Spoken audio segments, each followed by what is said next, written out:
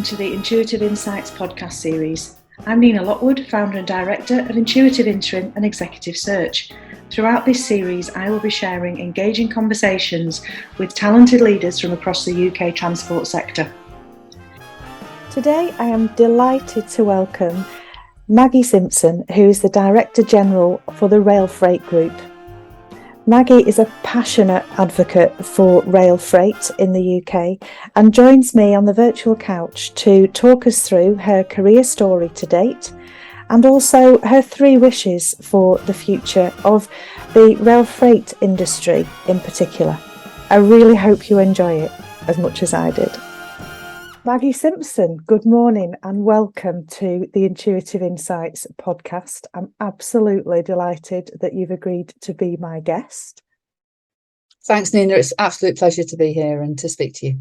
Thank you. We'll introduce you properly, although I'm absolutely 100% confident that anyone tuning into this, certainly from the rail industry, will know exactly who you are, because you are one of those people who I think everybody knows who Maggie is.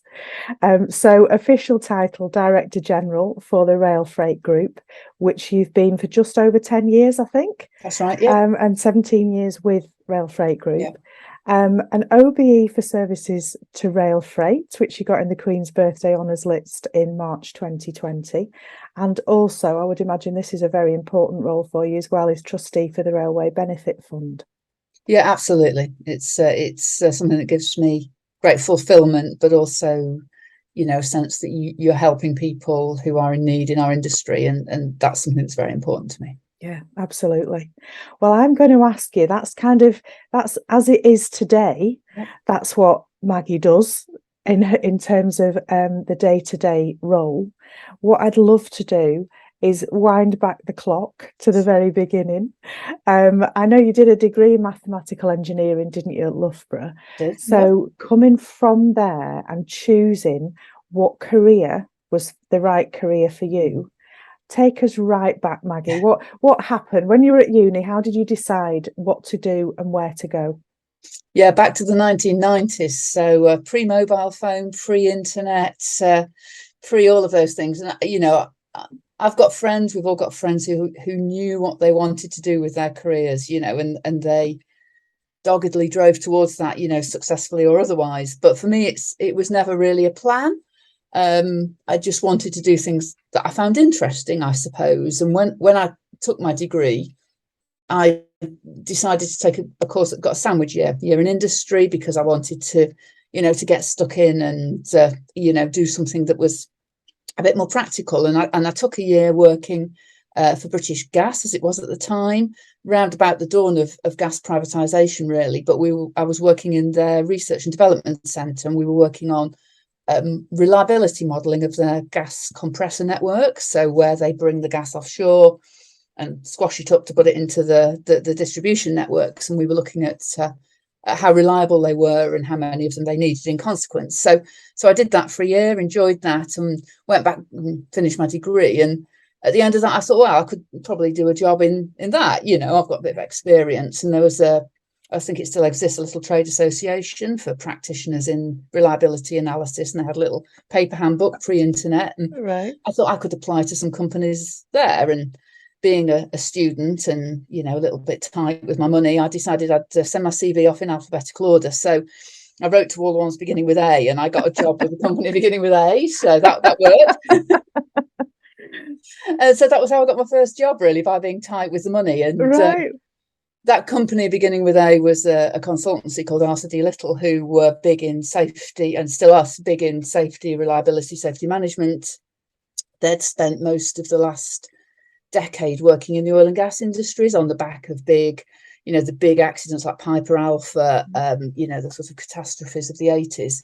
And sort of, therefore the early development of safety management system, risk assessment, and they were beginning to bring those skills into the rail industry. So on the back of obviously Clapham and terrible accidents like that, but also being by this point 1992, on the edge of rail privatisation. So the implementation of new approaches to safety management systems. So as I landed in September 92, the first railway assignments were beginning to come in, and because I wasn't a chemical engineer like many of the people in the office, I sort of well, as the office junior, I got shoved onto whatever job they needed people on, let's be honest. But I ended up doing quite a lot of railway projects, right, including a huge number of training courses that we started to roll out in risk assessment and safety management across the industry as it was shaping up in the privatized world. And we were out on the road all over railway offices, and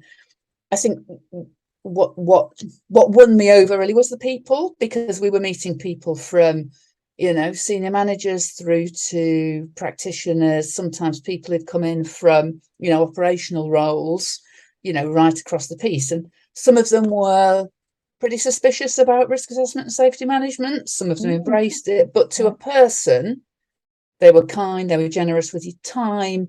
They didn't mind me as a chippy young student in my 20s, and a woman at that, coming in and helping, or sometimes running training courses. They were respectful, and it just sort of won me over as an industry, and I found it really interesting.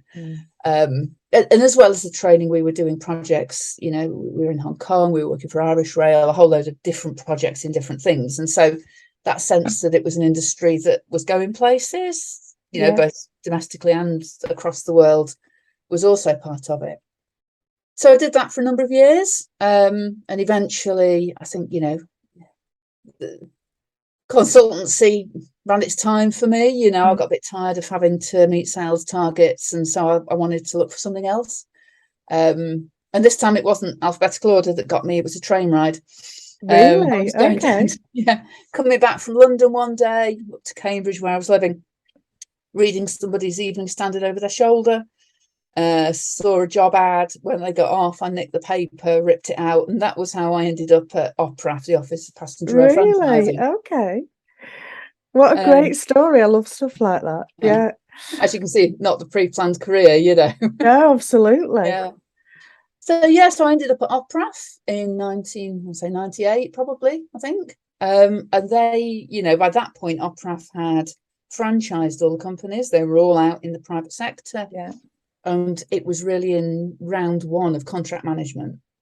So the job of OPRAF was to make sure that these new businesses did what they'd promised, basically. So they'd bought the franchise, they'd made commitments of things they were going to do, and we were there to hold their feet to the fire and make sure they did that, really. So. Okay.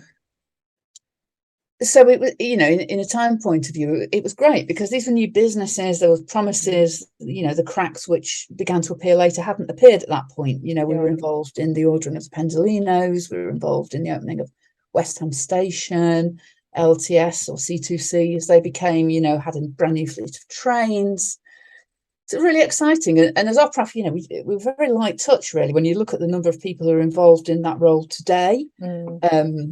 At the Department for Transport, within a month of landing, I'd got Virgin West Coast and C2C, and my colleague, who many years later I married, had Virgin Cross Country, and that the two of us managed those three together, really. So it gave you a really interesting angle on the question. You saw a lot of the railway, quite light touch management structure, but you began to understand how this new world was working, what the tension points were.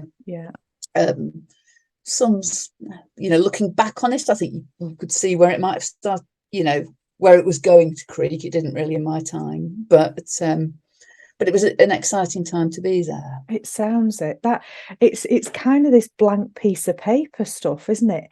And I would imagine the way you've described it there, this excitement, because it's all new. It's a brave new world, and it's like exciting things are happening because it's all new. The new businesses that have been set up to run the railway, and as you say, it's kind of that the heady days of the kind of the honeymoon period, we might call it, before it all starts to kind of creak, which is a great word that you've used there. Yeah, and I think commercial freedom was a big part of that. These were commercial businesses, and they could look at what they'd acquired and deploy that commercial freedom into it. And obviously that's something that we've lost over time, but that was quite exciting, really, for me. Understanding how those businesses viewed the world and where they could put their money and make those investments and make them work, really. Yeah. So I was busy doing that when, when powers that be decided that OPRAF would become the Shadow Strategic Rail Authority. And I had a little temporary job bag carrying for the then chairman, Alistair Morton, when he arrived. And, it became pretty apparent pretty quickly that he wasn't the kind of man who needed a bag carrier, really. If he wanted something doing, he'd just get it done. So I ended up working out from his office, which was in a different building, with not quite enough to do. Right. And at that point, people were being recruited into the Shadow SRA, who in the fullness of time would fulfil the extra functions that SRA acquired over OPRAF, and one of those was freight. And one day I strolled into the office of Julia Clark, the newly appointed freight director, and I said, "Julia, I'm bored. Have you got anything I can do?" And she just looked at me and laughed and said, "Oh, yes, Maggie, And that was how I came into freight. So, Wow. the third of my career coincidences, really. Yeah. And of course, once you start on freight, what's not to like? It's got all that excitement. It's got that, that commercial angle. It's the underdog. So you feel that you're working the cause. There was everything to play for because, the newly privatized businesses had been established, and actually they were sort of saying, paraphrase, but you thought freight was going to die, did you? Well, think again. Okay. And they were shaping up those businesses for the future as well. So it was something completely new for me. I'd never really thought about rail freight till that point, but once you got it, you got it. Yeah. It's a bit like, as you're describing it, I think your description of when you were working at Arthur D. Little and you going out and meeting people through those training courses, and what you said was it was what won you over was the people and how kind they were, how generous with their time. That's my own experience nearly 10 years ago now, coming into the UK rail industry, and having that same experience. I think when you start to kind of go into it in more detail and you realise how exciting, how interesting, how commercial people need to be, actually, it's kind of, you can't float around with a piece of paper all day. You've actually got to be really focused in terms of making it work. I think that gets hold of you in a way that people who are outside the industry don't know. Yeah. You don't know it until you're in it. And then once you're in it, it's very rare, I think, the people I speak to on a day-to-day basis, once they're in rail transport, actually, they don't want to go out again. They don't want to go anywhere else because there's a lot to do for a start. So that kind of, once you've peeked under the bonnet of the rail freight industry, it's kind of, as you say, so much to do, but a different type of approach to the passenger railway. Yeah, absolutely. And so when the SRO went live in 2001, they acquired the freight grants that the Department for Transport were doing, and in fact still do to this day, as I partially now. And I got asked to lead that team. So at that point, commercial it was, because I'd got money. Yeah. I've got a team. We'd got a grant scheme that we could deploy to help businesses, and the people that we were giving those grants to, they weren't EWS or train operators exclusively. I mean, obviously they could get grants, but it was the end customers, the waggon manufacturers, the people who were building terminals, and there were far fewer rail freight terminals than there are today. So we were putting seed funding in effect into those facilities, and many of them now, when I go around the network today, they still exist. I think I put some grant into that, or we helped that come. And as a team, really, we had about 2 years before the money dried up and SRA started to be folded up again. But actually, in that time, we deployed money, and we were a bit stricter with it actually than the DFT had been before. But I can think of a huge number of schemes that we assisted in that time, and that brought me right up close to the commercial players, and it made me realise that the railway isn't just about people who pull the trains, as important as they are. It's about everybody else, and particularly in freight, you're in a quarry, you're in a port, you're in a terminal, you're in a warehouse, you're in some other kind of production facility, you're dealing with steel, with paper, with recycling, whatever. And this is an ecosystem that isn't a railway ecosystem to most people, but it is, because it's unified around the way that they use the railway to support their business. So that was really exciting for me because, you know, I'd have done passenger railway, and passengers are pretty boring, aren't they, really? You know? Oh my goodness, I'm saying nothing, Maggie. I love it that I just drop that one in. We'll see what comments we get back to that one. Yeah, I mean, obviously not as individual people, but collectively. She digged herself out of that hole. Absolutely. Yeah. I think the thing about you is, Maggie, you can get away with saying stuff like that because you're held with such high esteem and respect in the industry. And I think the other thing as well that we absolutely know that if we cut you down the middle, it's got rail freight running all the way through it because you are that. I don't think there could be a more passionate advocate for this part of the industry. So yeah, I love that. I love that passion you've got for it. Thank you. Yeah, but you know, I suppose, you know, that stayed with me really because although SRA folded, and I was by that point I was expecting my eldest child, went on maternity leave. The SRA folded back into DFT. I extracted myself from that again without a plan because that's me. And after about, you know, a year of baby wrangling, I was starting to think, oh, you know, what am I going to do? And Tony Barclay, the chair of the Rail Freight Group, rang me up and he said, our policy guys just left. Could you help me out for a few months till we find somebody new? And I was like, oh, I haven't got any childcare. And the nursery at the end of the road had got 2 days. So that's what I did. You know, we did 2 days. And, you know, then number 2 came along, took a bit of time out and went back after that 2 days. And it was really, you know, after that I started to take a much bigger role in the industry. But, you know, when I was doing those 2 days, I was doing, you know, the hardcore sort of policy work. So that got me into, you know, access charging and some of the technical bits of the industry like that, how it's regulated, periodic reviews, access, all of those sorts of things. So it filled in that sort of knowledge gap about those sort of system pieces, if you like.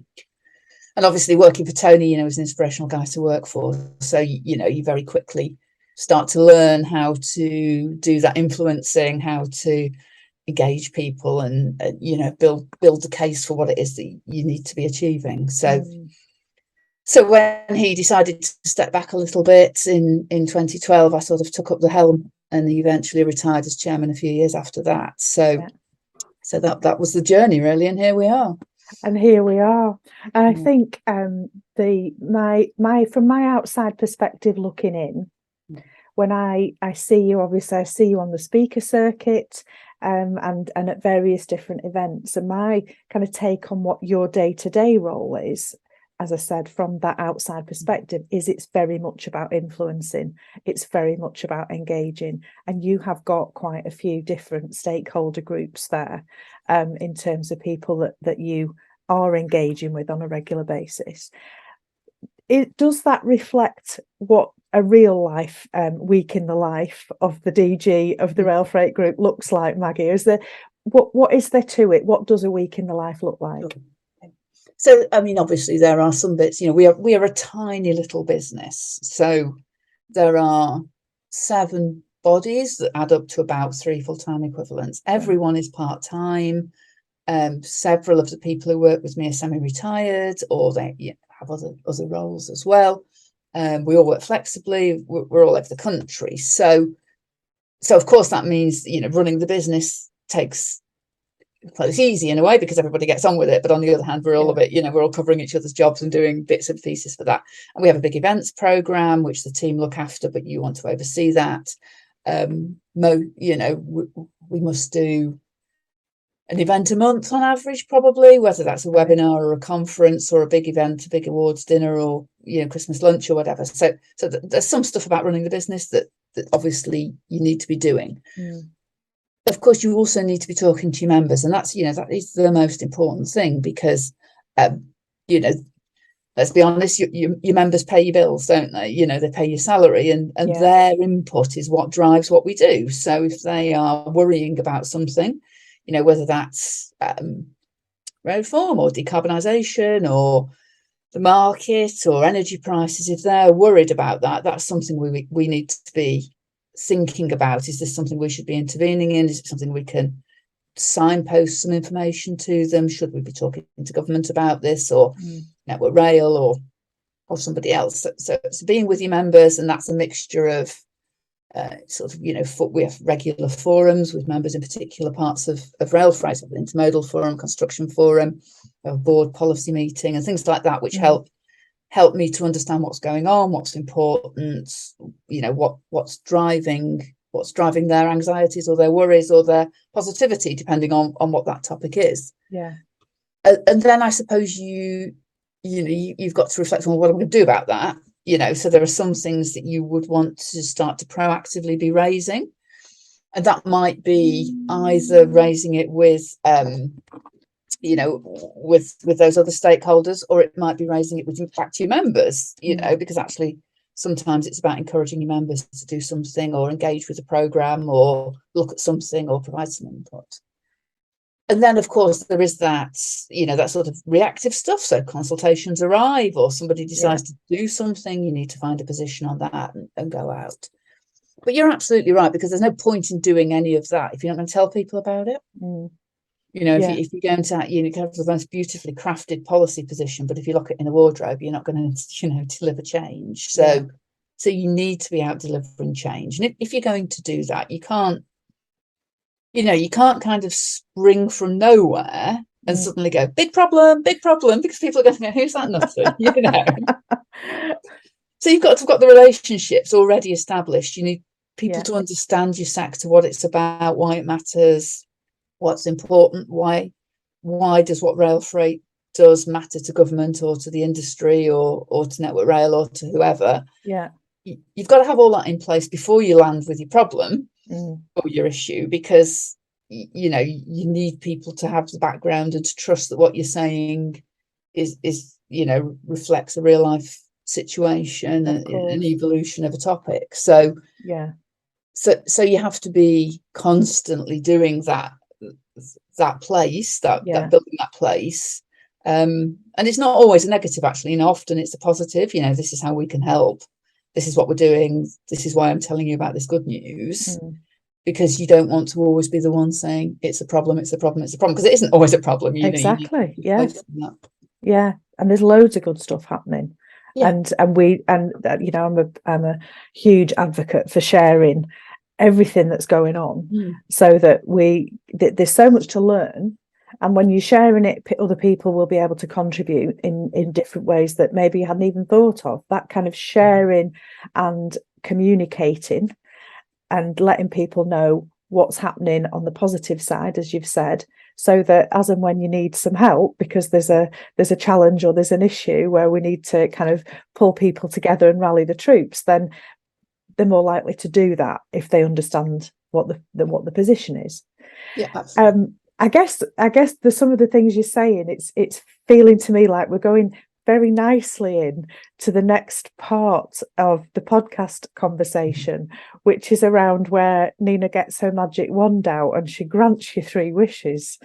And in terms of looking at the future of the industry, I think it's fair to say that there are a few challenges and issues knocking around, and we've got a very, very uncertain political situation as we're recording this today in the middle of October 2022. So kind of it feels like, on the one hand, well, we've got it's all to play for, but we've also got some shifting sands in terms of uncertainty.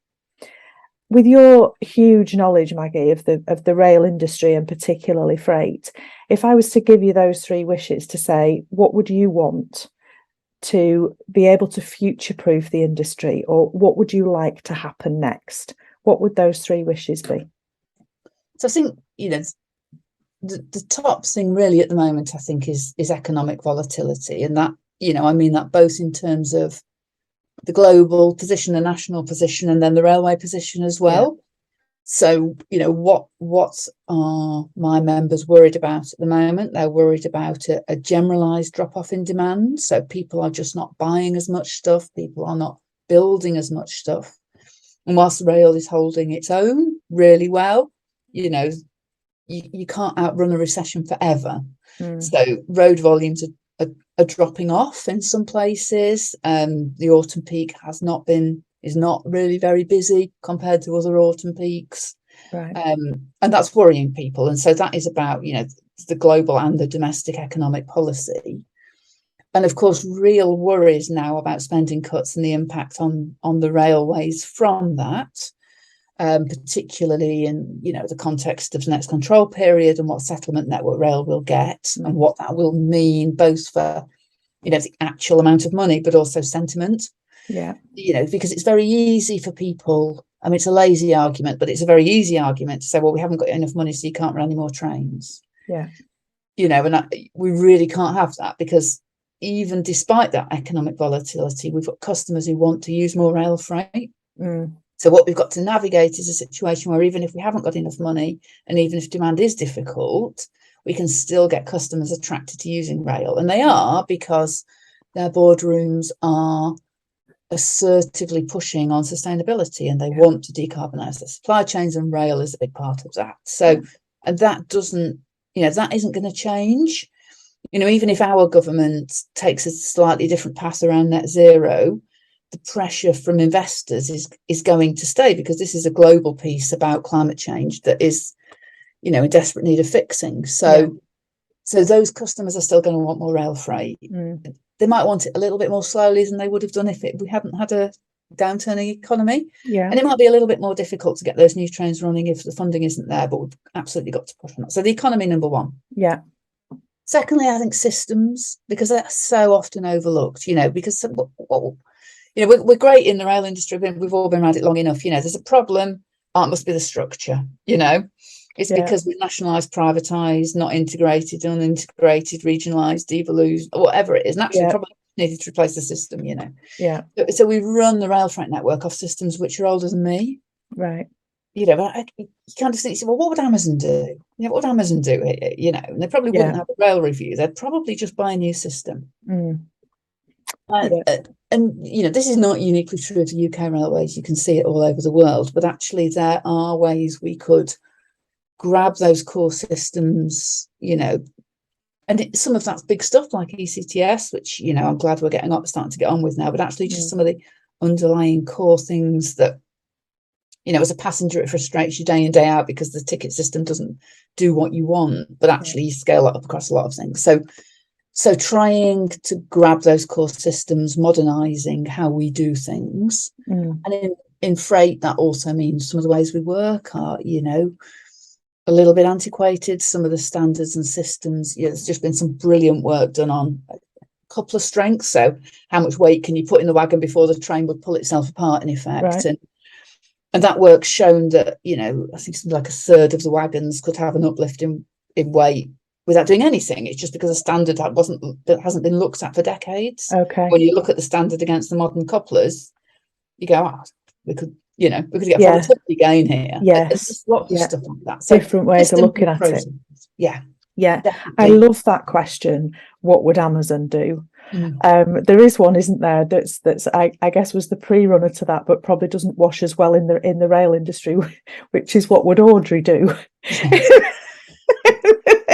What Audrey Hepburn would do is probably completely irrelevant in this context, but I love the concept of that question. It's kind of okay, if we were the senior leadership team at Amazon, what would we be doing now? Yeah. Oh, perfect. People say to me, if we don't have enough money, which route should we shut? No.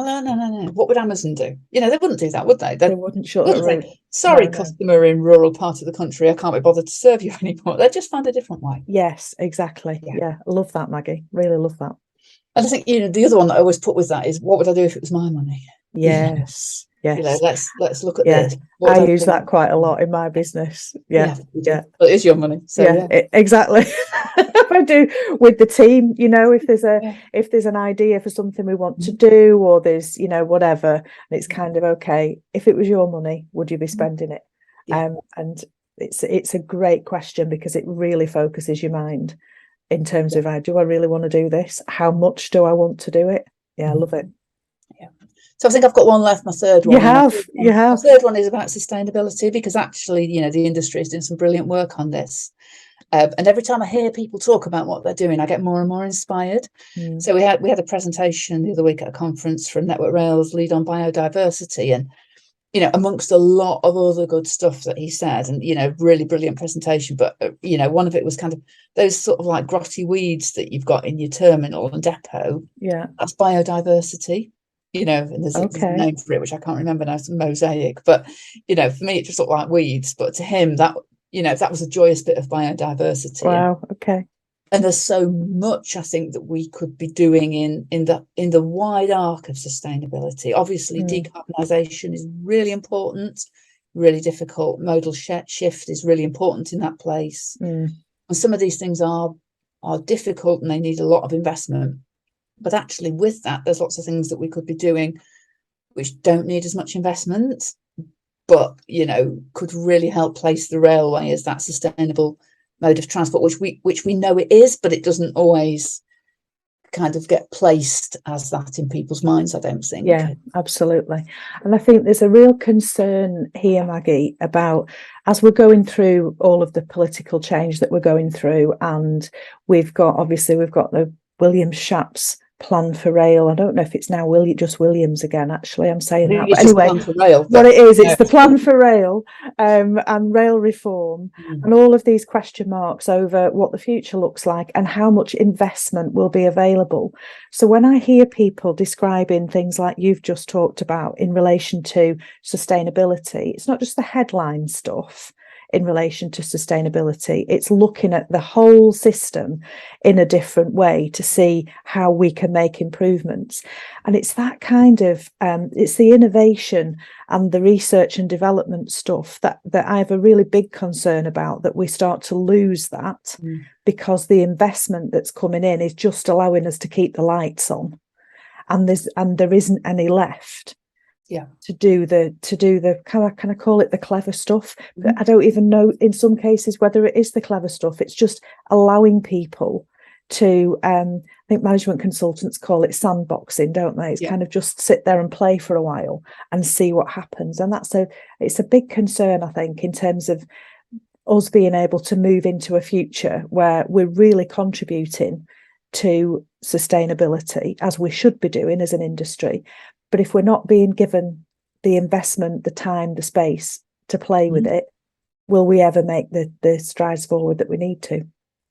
Yeah, and, you know, it's a really good question. And, you know, it's easy for me as a campaigner to say these things. You know, I'm not the one with the budget accountability for how many people we have or don't have. I mean, I think, you know, we don't know what will happen with rail reform.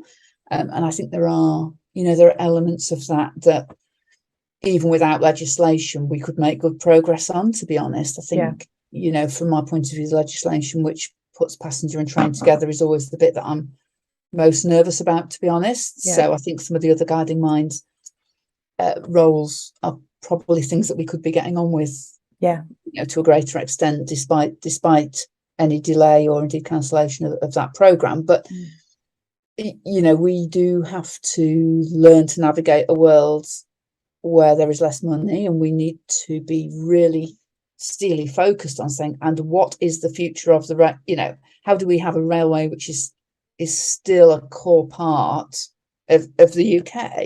You know, if you wind back in time to the birth of the railways, you know, the railways put the canals out of business for 200 years. I mean, if you look at the canals today, they're a hugely important leisure facility. You know, you've got running, you've got cycling, you've got angling, you've got boating, you've got biodiversity, but it's taken a long time to get them back into that position where they're still playing that vibrant role. And we can't afford for the railways to have, you know, 200 years in the dark place before they come out with a role. So what is the role? If we've got less money, we've really got to fight for that and make the most of it. But, you know, from a freight point of view, I think that's quite easy, really. Do we need to move stuff around? Yes, we do. Do we want to make less carbon? Yes, we do. You know, do we want to have diverse supply chains that have got a bit of resilience? Yes, we do. So, of course, we have to have rail. Yeah, absolutely. I completely agree. There's so much more that we could talk about around this subject. That feels like it's kind of a second episode. We're going to move into the final part of this conversation, Maggie, which historically or traditionally, I've always asked my guest for a motivational quote. And I know you and I have talked, and you don't do those So my question to you is, when you need, as we all do, when you just need a bit of extra inspiration, a bit of extra motivation, kind of almost a bit like when we plug our mobile phones in because we need to get a charge, what do you do? Where do you find that inspiration from? So I think from a, from an RFG point of view, I'll pick up the phone to some of my, favourite members, if you like. And Yeah. I think we all know the people in our networks who are relentlessly positive despite everything, or the ones who've always got a plan. What if we did that? What if we didn't do that? Have you thought about this? And so, a quick ring round is always a good place to start, isn't it? It is. Problem. I think as well, I have this sort of mental model. If I'm going into something that's difficult, I like to sort of imagine that I'm, at the top of a very tall and possibly slightly wobbly ladder, reaching for something that's far away. That stretch, and I like to think about who's holding the ladder. Okay. Who's at the bottom, and sort of visualizing those key people in your family or your friends in your network, professionally or whatever, who are giving are literally there holding that ladder so that you can reach that. And I sort of have that image in my head as I go forward into whatever the difficult thing I've got to do is, and try and visualize that. So that's a little tactic I use sometimes. Yes, yeah, I love it. And that is bringing some of your going right back to your early stages of your career around safety and risk assessment, Maggie. So we brought it full circle. Yeah. You need a really strong person or people at the bottom to steady the ladder, which allows you to kind of reach a bit further than you'd be able to reach if you didn't have that support. So I think that is a lovely place to bring the conversation to a close. As always, when I either listen to you on the speaker platform or when you and I have conversations, I feel like there's so much more that I want to ask you, and this huge knowledge that you've got, but also this fabulous way you have of organising it all in your brain. So when it comes out, it makes absolutely perfect sense. And even, to somebody like me who isn't anywhere near as experienced in this industry, or certainly in the freight aspect of the industry as you are. So you've made it easy to understand, really interesting 3 wishes. And I've absolutely loved hearing your career story from the beginning to where you are now, and we'll watch this space. Yeah, thank you. It's an absolute pleasure to speak to you, Nina. Thank you so much, Maggie.